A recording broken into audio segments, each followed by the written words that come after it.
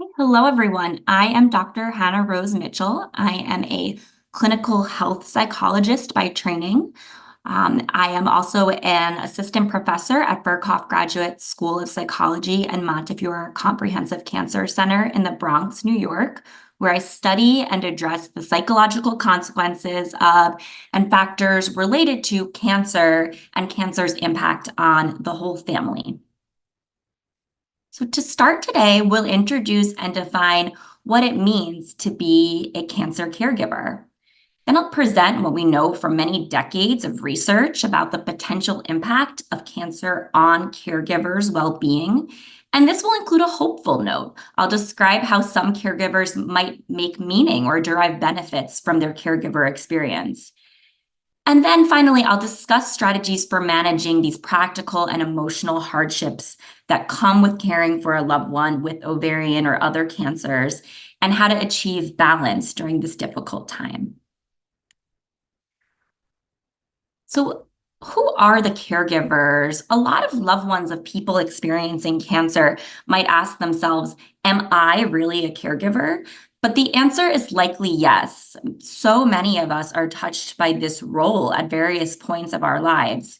We can think of caregivers really as anyone who is providing what's usually unpaid support to loved ones or community members, neighbors.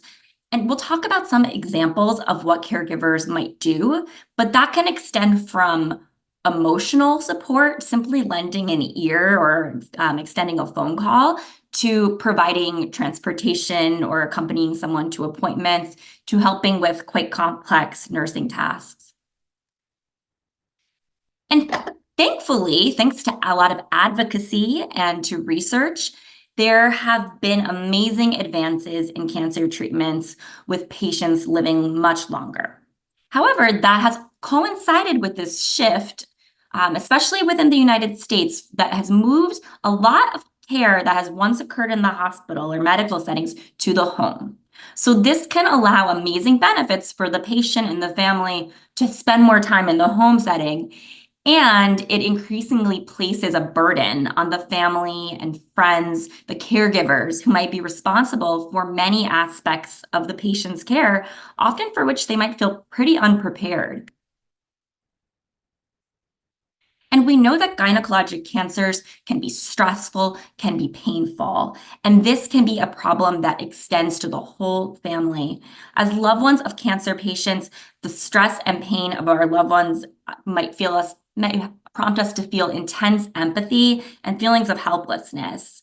On a personal note, I can vividly recall my grandmother, who was such a humble yet cheerful woman, quietly wincing in pain, holding her abdomen as she suffered a painful ovarian cancer several years ago. And while she was so reserved and rarely complained about the impact of her pain, her suffering reverberated through our family's home. It was very clear that she was in a lot of pain to all of us, and we felt it. Cancer doesn't occur in a silo, a bubble. Life goes on around a cancer diagnosis, and family, friends, neighbors, coworkers, and others can be impacted by the experience of a patient's cancer. And taking on this new role of caregiver can be a major shift from normalcy. It can feel isolating, but I want you to know that you're not alone. Many people need caregivers and rely on caregivers and become caregivers. Nearly 10% of the world's population depends on others for care. And while it's hard to estimate the number of people who serve in the role of caregiver, we know there will be an estimated 20,000 cases of ovarian cancer in the United States in 2024. And let's assume there's at least one person providing care in some capacity for those, so at least 20,000 caregivers for that, just that specific population. And in terms of what types of people provide care, lots of surveys that have been done across the population show that caregivers tend to be spouses or adult children of the patient. Around a third provide care to 2 or more people. They generally tend to be female, although in gynecologic cancers, we tend to see a little more men representing, as they might be the spouses of the patient and have their own unique experiences. And caregiving is a prolonged experience. It typically lasts about 2 years on average, but that can really, really vary. It can go on for decades. And it can be episodic, meaning that there might be certain points of the cancer journey at which caregiving becomes more necessary and more intense. Caregivers take on many tasks at no cost, and they provide information to the other medical providers about what life looks like to the patient. They're part of the medical team. They advocate for the patient, and the caregivers, unfortunately, must often be the voice for the patient. They must ensure that the patient's needs are met.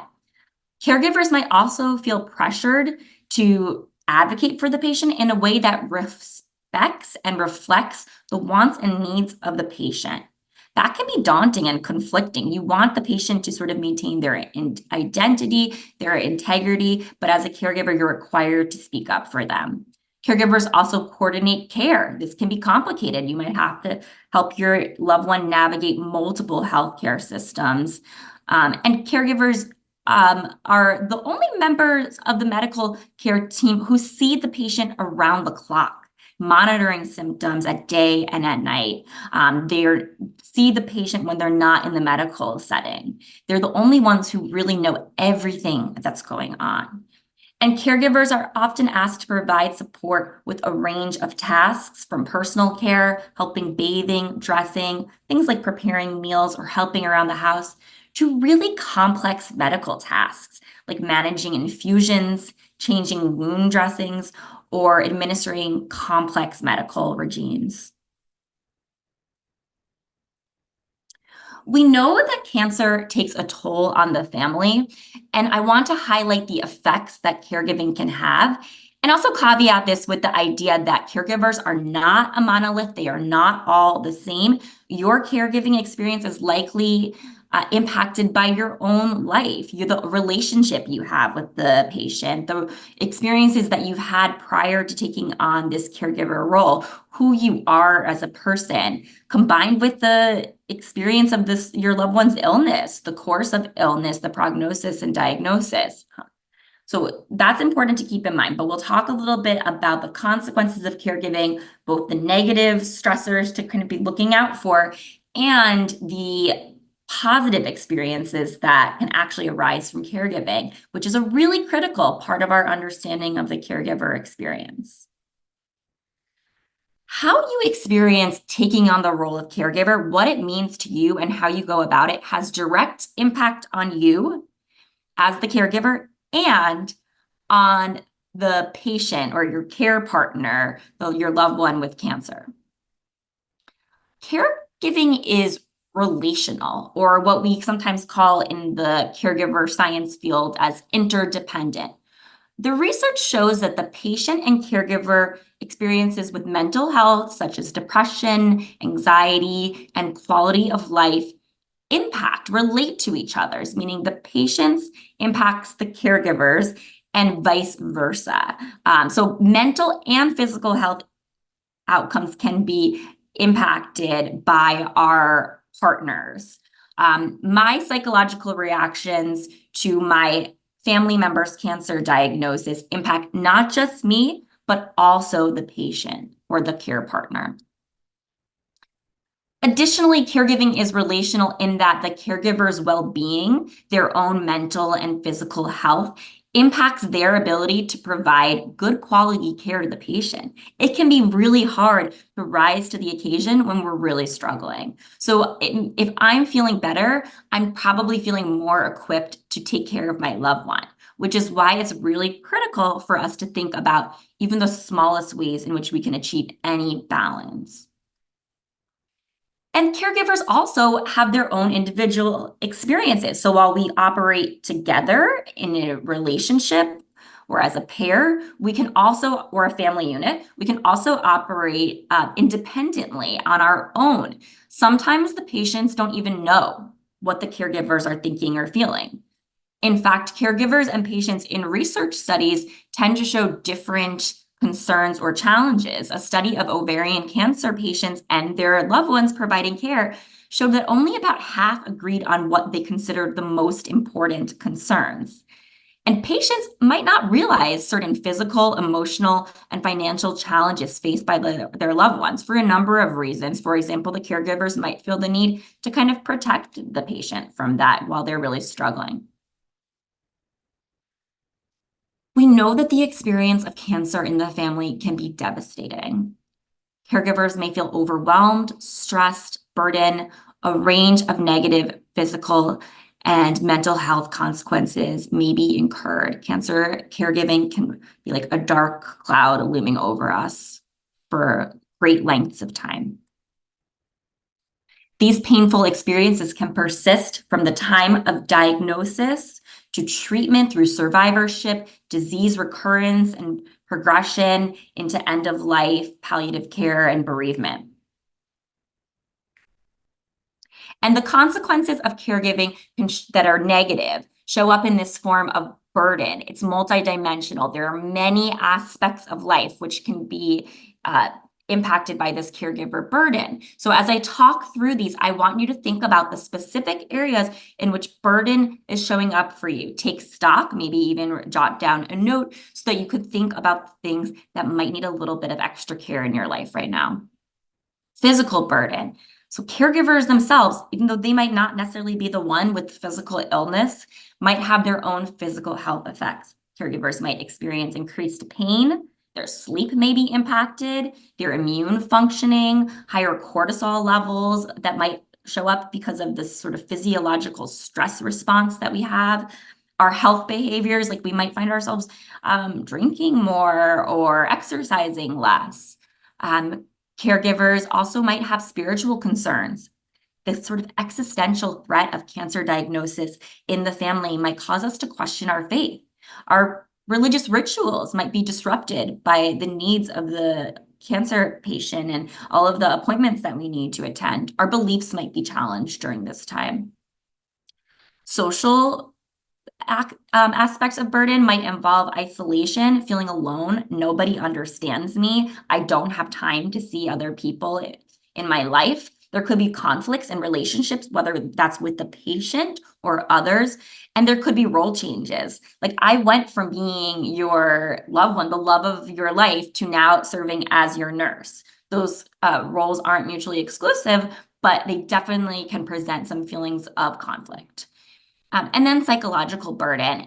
There's anxiety, depression. We see these in our caregiver clinics and in our psycho-oncology setting. And some caregivers might even present with post-traumatic stress symptoms or post-traumatic stress disorder. Some caregivers might even have thoughts that life is not worth living. These things really need to be addressed, oftentimes in a clinical setting with a mental health provider. And financial burden. There are changes in employment status that may come up when you have to take on the caregiver role. And there might be costs of treatment and related costs, like having to drive to appointments, the gas that you put into your car for that, parking at the hospital, the meal that you go to get when your loved one is waiting for their infusion. And then temporal. So this refers to time. All of you as caregivers can probably really relate to the idea that time feels so limited. Time often feels like it's flying by. The time that we spend caregiving is burdensome, and then the time that is taken from our other responsibilities and activities, the things that we do that make us who we are, that might feel stolen from us during the caregiving experience. And specifically what we know from the research literature about when it comes to ovarian cancer, we know a lot, but I'm just going to highlight a few things here that psychological concerns can be very high. The rates of anxiety and depression are around 32 to 44% respectively. And other concerns in ovarian cancers relate to high workloads, difficulty with the quality of information, communication, and attention from healthcare providers, and really high rates of fear, uncertainty, and worries about cancer progression and recurrence. Despite these challenges, as I mentioned earlier, it's really important to highlight that in all of the research on caregiving, we see that not all caregiver experiences are detrimental. that even while having a stressful experience, it is possible to have positive outcomes and growth from caregiving too, meaning that positive change and meaning making can exist at the same time as really intense suffering. We have a term for that. Well, we have a few terms. We can talk about post-traumatic growth, meaning making. I'll refer to the term benefit finding here to describe the experience of positive outcomes from adversity. In a study that I'm showing here, caregivers reported benefit finding in specific areas. So acceptance, which means an increased tolerance of crisis, being able to better accept and tolerate the distress that comes up in a difficult time. Positive self-view. Caregivers might actually even feel proud of themselves, what they're doing for their loved one. Their values might be really reflected in the work that they're doing. The role that they play in their family, what they offer others. That's something that could make us feel good about ourselves. There might be benefit finding in the area of family. While family relationships are often complicated, family relationships can be strengthened during this difficult time. We might even have more appreciation for family, whether that's another person helping you with caregiving, whether it's your care partner or the patient, or just sort of the overall value of family. Reprioritization. Caregivers might notice that the crisis of illness in the family requires them to spend a little bit of time thinking about what matters most. Like, I realize now that health and family are some of the most important things to me. I realized that I want to put that above some of my other responsibilities or concerns, the things that I've thought about or got really focused on prior to this experience. Appreciation, gratitude. Caregivers might experience a lot of gratitude for their loved one who's suffering, for their own health, for their other family members' health, for the experiences that they've been fortunate enough to have up until this point in life. And empathy. This might be empathy towards the patient. Those feelings might be really enhanced. And while empathy can be a painful emotion, it can also be really positive. It can help us connect with someone and feel a lot of love. And we can experience it again towards the patient, but we might even notice enhancement of this in other relationships in our lives. So given these challenges and the potential for growth, my hope is that all of the caregivers here today can take some steps to achieve balance in coping with all of the competing demands that come up for you. It's difficult to achieve balance. Around 70% of caregivers report struggling to find balance between family, work, and caregiving. That was from a study of ovarian cancer caregivers. So there are different ways in which I can explain this concept, but I'll use one metaphor, which is the example of a lifeguard at a swimming pool or in an ocean beach. A lifeguard must learn to, and they should master swimming before they can prepare to jump in the waters to save others. In that same light, you must adequately take care of yourself, learn how to take care of yourself before you can care for your loved one suffering with cancer. That might feel difficult. It might feel like there's simply not enough time to do that. And it might feel counterintuitive. My loved one is the one who has the greatest need right now. My loved one is really struggling, but your own care must be prioritized. And in striving for balance, we'll talk about a few different things here. We'll talk about how to set boundaries and identify priorities, communicate with one's medical team, and communicate with the loved one who has cancer, how to best engage in self-care, even if it's just a tiny, tiny little act of self-care, and how to build our support network and ask for help. So this is a common metaphor that I use. You may have heard this before, but the metaphor is that we go throughout life juggling both rubber and glass balls. Glass balls are the most precious things in life, our health, our family. And when we're juggling too many balls, we need to drop some. And it likely might be the rubber balls that you're going to drop. So caregivers must look at all of our responsibilities that we have right now and think about what is absolutely critical, most precious, and what are the things that if we let go of might bounce back.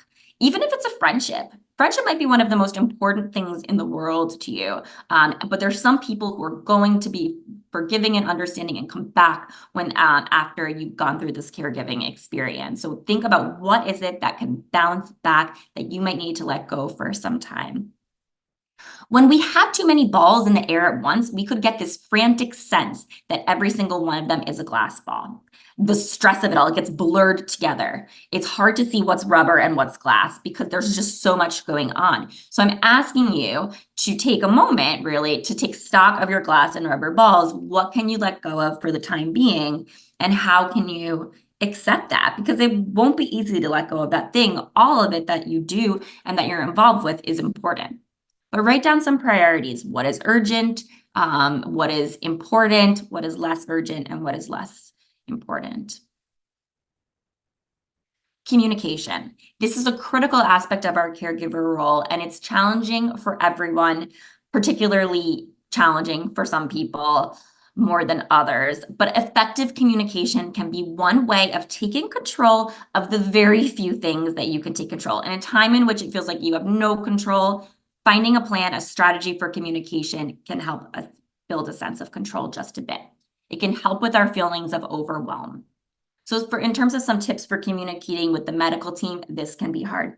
We know that medical providers often don't give us much time. It might not even feel like they're always listening. But if we show up to appointments with a plan, an agenda, a list of what it is that we want to ask, that can be a really helpful tool. So go into these things prepared. Any meeting that you have, come prepared. Ask to phone in family members. Bring it, whoever it is that is most important, a critical part of the care team. Bring information, the list of other providers, all medications. Have the information on hand. Be assertive.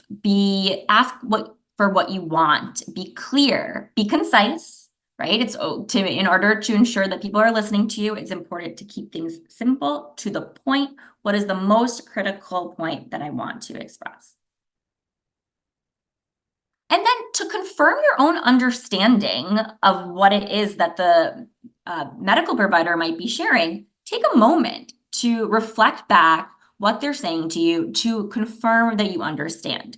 It can be so hard to retain complicated information when you are so stressed or distressed. So you can ask to record things, you can take notes, have a backup person there, and repeat back to the medical provider, say, so what I'm hearing you say is, in your own words.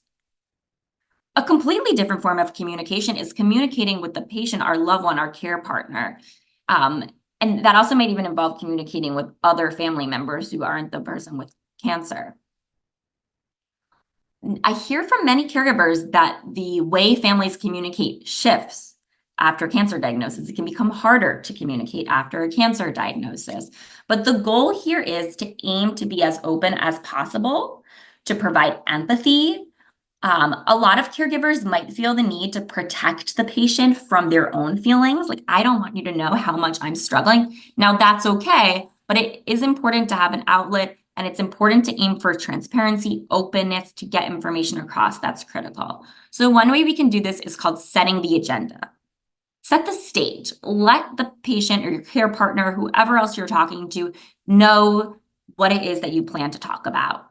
Especially when something's a difficult subject, someone might be avoiding it, not wanting to talk about, but make a comfortable space, set the agenda, set the stage, say something like, I know this is hard to talk about, but I would really like us to discuss, and then continue to bring in what that might be. Something like end of life planning, those things can be really difficult to discuss, and having this sort of framework for setting the stage, a little script here, can be really useful. You and your loved ones may see things differently when it comes to advanced care planning, thinking about end of life, when it comes to caregiving responsibilities, treatment decisions. Acknowledge those differences. Explain how you feel using I statements, explaining what it is that you want to say in your own words, while also recognizing and repeating back what you hear the partner, the person you're having a discussion with, is sharing to you. It might sound a little bit silly, but set aside specific times for family meetings. Schedule times to talk with your family members. Caregiving can be an act of love. taking care of someone shows so much. It shows how much you love someone. But expressing gratitude or expressing love can go a long way. So take a moment to express your feelings with words. And then, like I said, use I statements, express your emotions, saying, I feel like, rather than saying what it is that you see that the other person is doing. Like I said, we'll talk a bit about self-care here. Self-care is so important, and I want you to think about when it is that you should be engaging in self-care. One thing to look out for is guilt. Caregivers tend to feel immense guilt. It's one of the most common caregiver concerns. We see guilt as a red flag. If you're experiencing guilt, it's very, very likely that you're neglecting some of your own needs.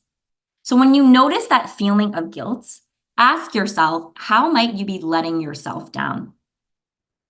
How do you attend to your own needs during this time where you're so constrained by so many responsibilities and by so many concerns? Guilt gives us information about when to engage in self-care, but the best time to engage in self-care is always. You must be consistent as much as possible and engage in self-care even when you're feeling good. Even on the good days, that actually might be the best time to take care of yourself, to do something. It might be easier on those days.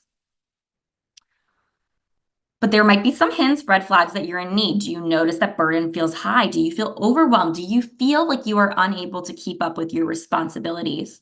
Do you notice anger, resentment? Is your physical health getting worse? Do you notice that you're less engaged in activities that are meaningful to you?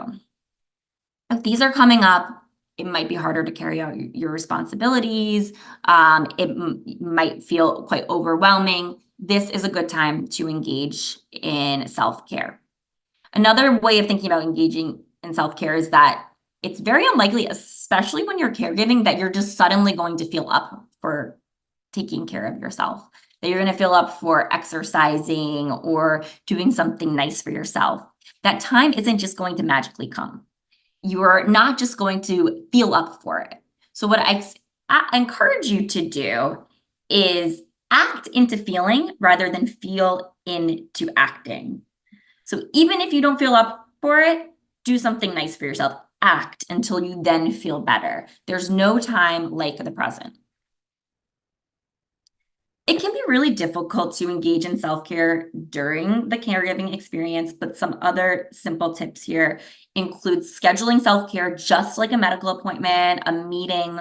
Days get filled up. We might feel preoccupied or distracted. There isn't just going to magically become space to do self-care. So put it on your calendar. Let others know that this is the time out that you're taking for yourself. With caregivers I work with, I often give a prescription for engaging in pleasant activities or doing something nice for yourself. Treat it like you're taking your medicine. Try to be consistent every day. A nightly ritual can be helpful, something for yourself, and think small, really, really small. So just like a 10-minute walk could be nice.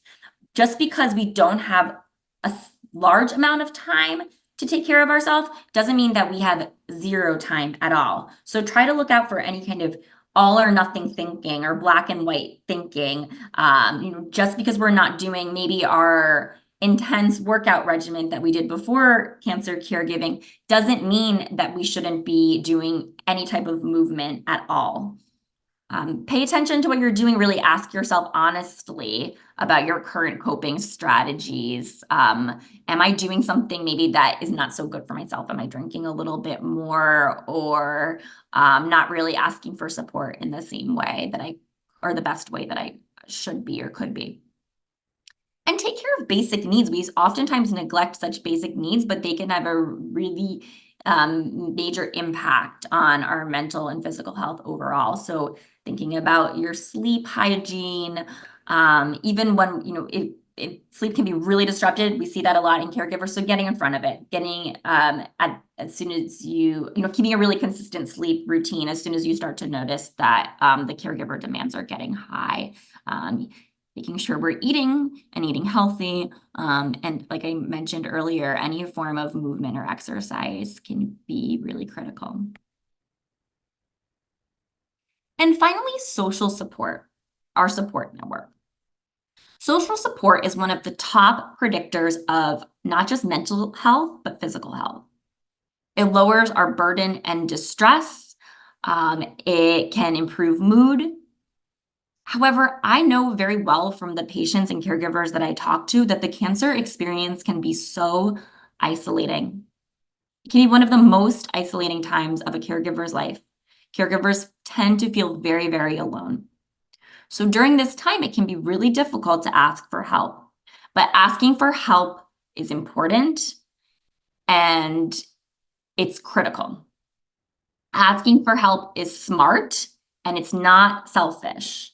It can feel funny, it can feel self-involved or selfish, but it's absolutely critical for everyone involved in the cancer experience. Asking for help requires you to be honest with yourself. So what are those rubber balls that you're going to drop that maybe you could ask someone else to catch for you or hold on to you for the time being? Some practical skills for asking for help is to be really specific. I find in my clinical work that people often say, I don't really know what to ask of someone. It's hard to delegate tasks. Or maybe someone who wants to provide support will say, I don't really know what to do or what to give that person. So feel free to be really specific and direct with someone. You might need to ask someone, is there anything I can do for you? It feels like such a broad, generic ask. But say, actually, yeah, if you could run to the store and pick up some groceries for me, that would be really, really helpful right now. Offer choices. Like I said, family members and friends often don't know where to even begin. So it can be really helpful to just give people a few different options, like you could help with X or Y. These are a few different things that I've been struggling to keep up with on my own. Just like your self-care, like always starting small. So maybe testing the waters with just a little bit of ask and see how that feels. Like, oh, it wasn't so bad. It wasn't so overwhelming to ask for help in that way. And then the last tip that I have on here that will essentially conclude the talk today is that it's important for you to remember that you are worthy of help. Sometimes caregivers feel like they're not the patient, so they're not entitled to the same support. Our family, our community is rallying around this person, but I'm kind of lost in the mix. The experience of caregivers we often consider to be invisible. But I'm here today to tell you that you are entitled to support. You're part of the unit of care. You are affected too. And the way you're affected, as I mentioned earlier, affects the whole family and the cancer patient.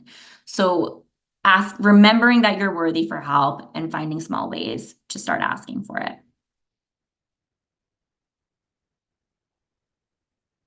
Asking for help may often involve accessing the resources in your community. There are many organizations, including the Ovarian Cancer Research Alliance and other caregiver advocacy and support networks like the National Alliance on Caregiving, Cancer Care, the Family Caregiver Alliance. These are just a few that I include here, which have many resources, informational, referrals to community partners that can help support the cancer caregiver. So part of this journey of caregiving and finding balance may involve identifying the information that you need, identifying the resources that you need from your community or elsewhere in order to better cope. I'm hopeful because you are showing up today to watch this talk, to support your loved one, but also to support yourself. So that is a great first step in choosing to look for ways to take care of yourself.